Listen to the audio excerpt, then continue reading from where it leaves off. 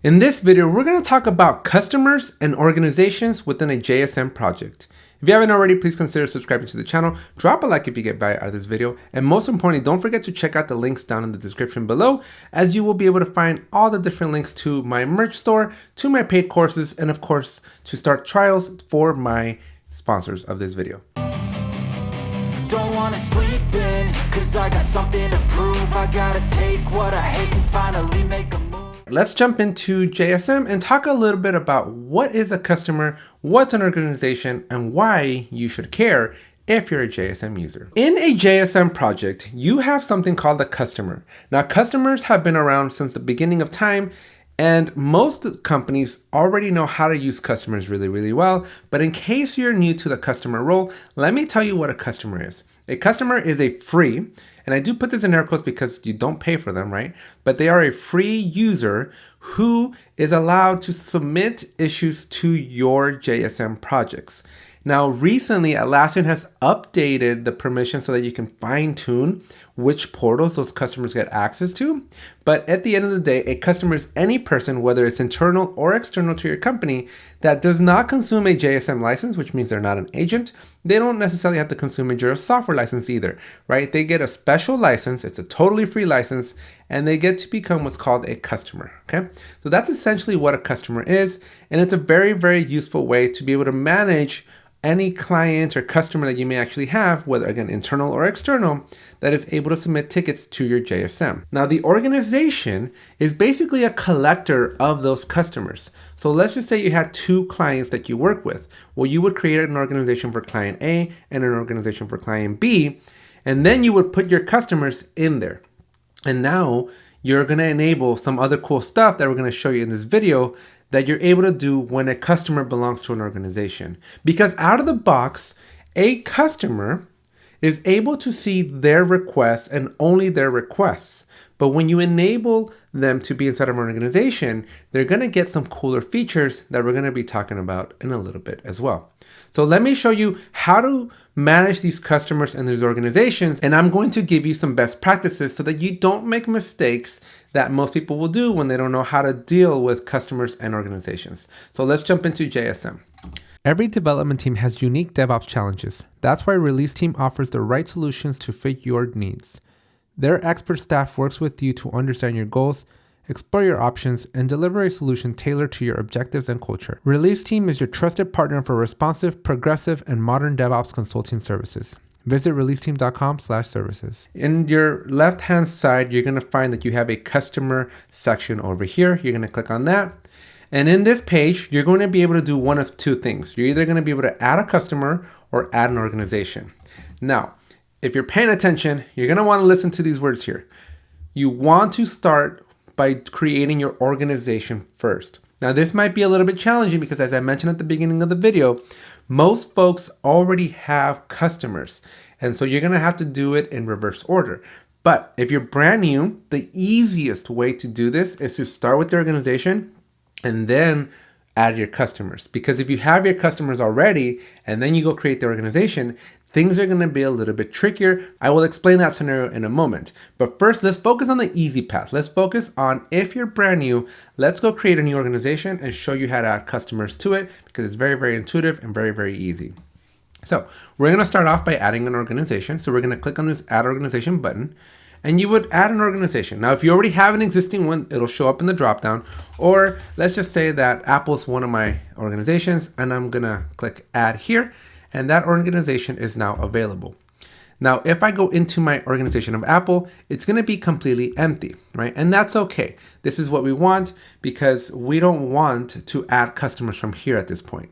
You want to avoid this add customers at this screen, because if you do that, the customer that is added is going to be treated as an individual, but you do and will be able to, well, let me show you real quick. If you click on this button here, you're going to be able to add the individual's email.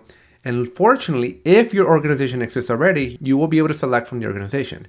But I think a cleaner way of doing it is to go into the organization already and simply add the customer here, because then you can guarantee that you're not going to accidentally pick the wrong organization. So all you have to do here is put Tim Cook at apple.com, and you're going to click on OK.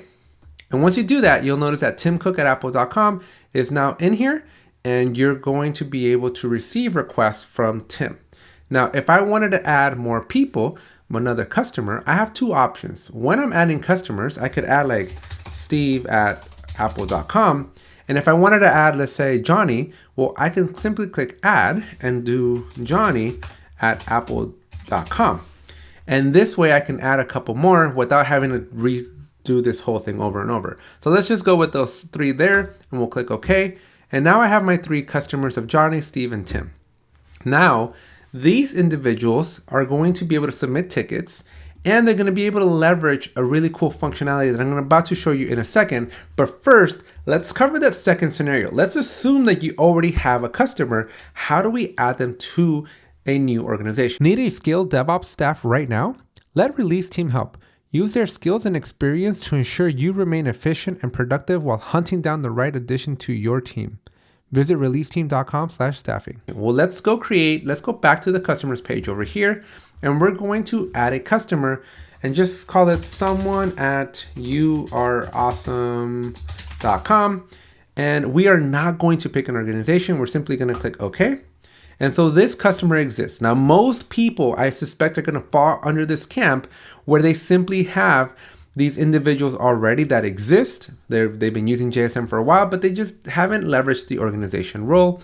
And that's okay, right? So expect to have some of these people. So adding these individuals to an organization is not very easy. There's no button that does it for you. So let me show you how to do this. What you're going to want to do is you're going to want to select their email and make sure you copy that. And then you're going to want to go into the organization that you want them to be in. You're going to click on the add customer, and then you're going to paste in their email there. This is very, very critical. Paste their exact email. Click OK. And then that someone is going to be in here. Now you may be thinking, well, they're still on the last page, but no, they're not. If I go back to customers, you'll notice that they are now gone from here. And if I go back into Apple, that individual shows up here now. So this is good. This is what you want. All right. And then we're done. So that is the second option. Right now, unfortunately, you're going to have to do this one by one for every single customer that you have to add them to your organization. But at this point, you're like, Alex, so what's the value? What is the point in adding these customers to these organizations? So let me tell you why having an organization is an important thing to do and why you should consider doing this. When an individual, a customer, one person submits a request to JSM, they will have in their portal on the top right corner the ability to go see and check up on their requests.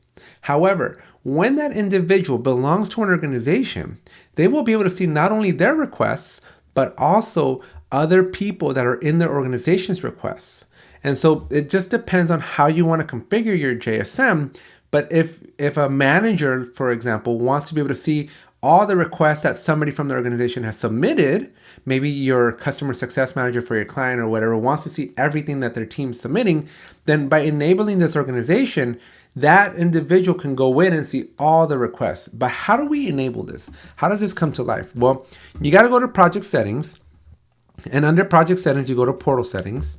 And under portal settings, we're going to go to channel access. You're going to click on this edit customer permissions button.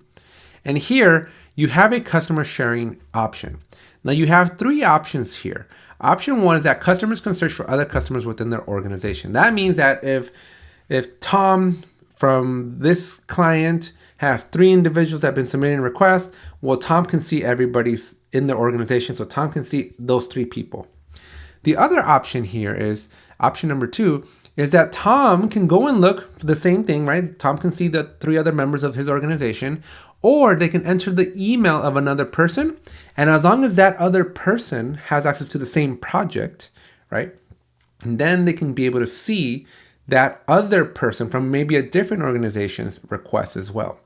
And then the third option here is customers can search for other customers within their project or organization. That means without having to put in the emails, any request that's in this project, they're going to be able to basically see them. So it's up to you how you want to set this up. But obviously the first option is, I think, the safest because it's just contained to that organization.